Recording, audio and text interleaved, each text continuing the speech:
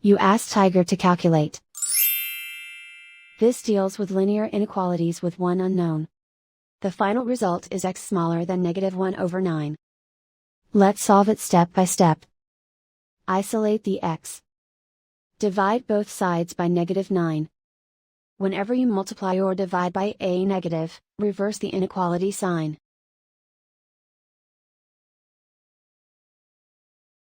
Cancel out the negatives.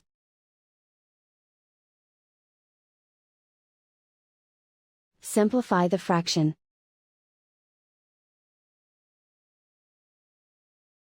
Move the negative sign from the denominator to the numerator.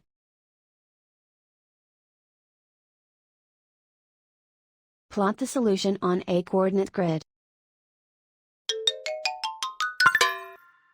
And so the final result is x smaller than -1/9.